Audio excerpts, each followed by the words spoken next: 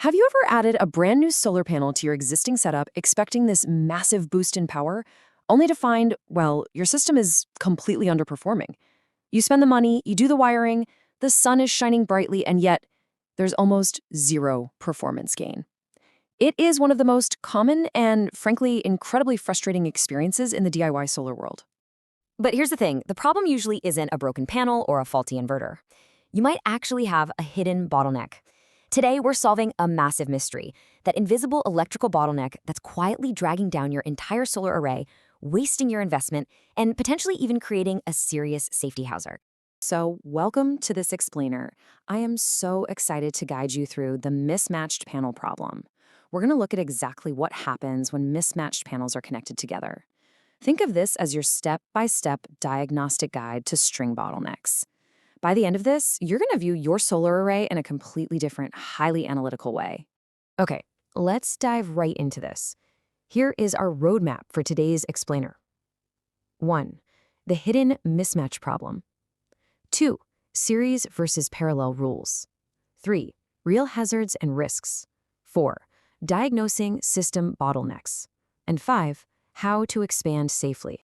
All right, kicking things off with Section 1, the hidden mismatch problem.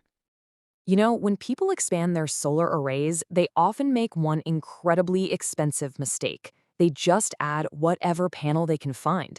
Common DIY mistakes include mixing different wattages, combining panels of completely different ages, ignoring unmatched voltage ratings, and throwing together conflicting current capabilities. The wattage numbers printed on a label, they absolutely do not guarantee compatibility. If you blindly mix these characteristics without considering the electrical consequences, you're almost guaranteed to create an invisible power loss. Let's look at the underlying physics in Section 2, series versus parallel rules. To truly understand the mismatch, we have to look at how electricity actually behaves in a circuit before we connect a single thing. First up is VOC, or open circuit voltage. Now, this is measured with the panel completely disconnected from the system with zero load attached. VOC is crucial because it establishes our baseline. It tells us whether a panel's voltage family is even safely compatible with the rest of your system.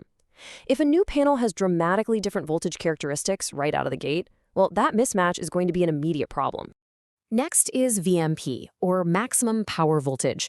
This is the specific voltage point where the panel delivers its absolute peak power under an active load. And honestly, this is actually more important for your day-to-day operation than VOC. See, once a panel is connected to your MPPT tracker, its operating curve shifts. The controller searches for a common operating point, and if your VMP ratings are mismatched across panels, your controller is forced into a compromise that is just horribly inefficient. Then we have ISC, or short circuit current. This is measured by briefly shorting the panel terminals directly through a multimeter to find its true current capability. Now, I want to stress right now, this must only be done briefly and highly safely, which we will definitely cover in a moment. But current capability is where most of our hidden bottlenecks appear. And let me tell you, mismatched current is incredibly detrimental. So, how do these ratings actually interact?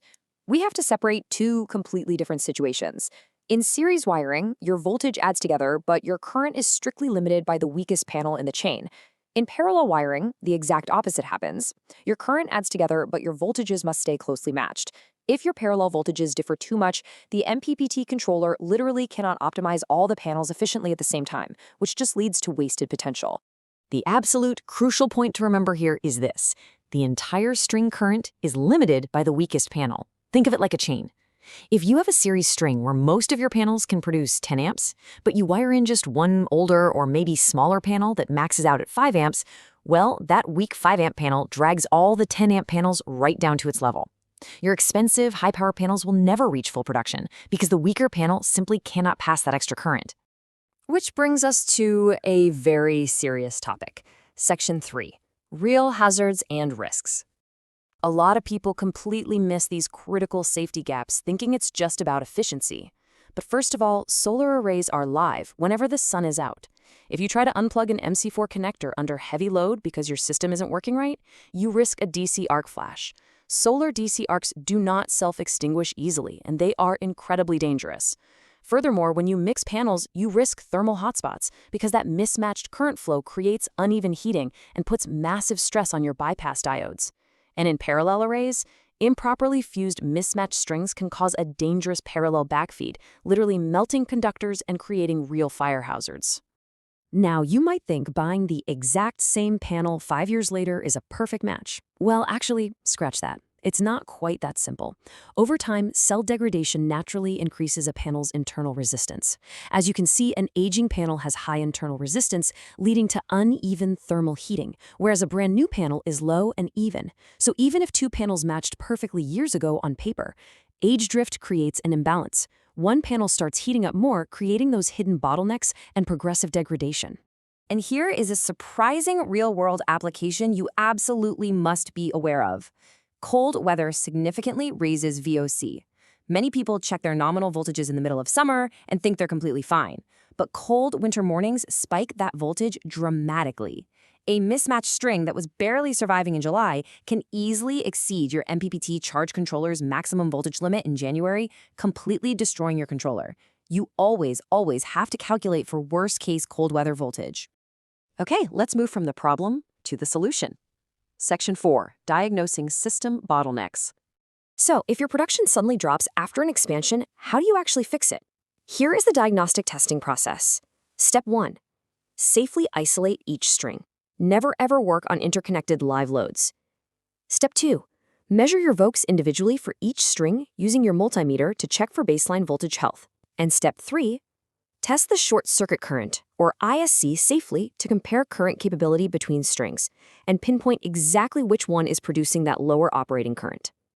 But before you even think about Step 3, you absolutely must follow this multimeter safety checklist. I literally cannot overstate this.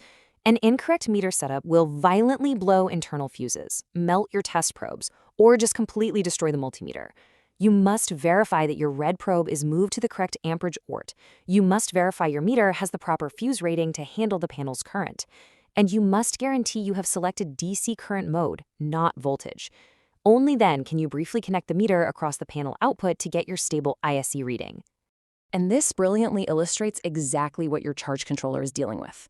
Take a look at this. If panel 1 has a capability of 10 amps and panel 2 has 10 amps, but panel 3 is an older or smaller panel with only 5 amps of capability, the MPPT controller doesn't see 25 amps of potential. No way.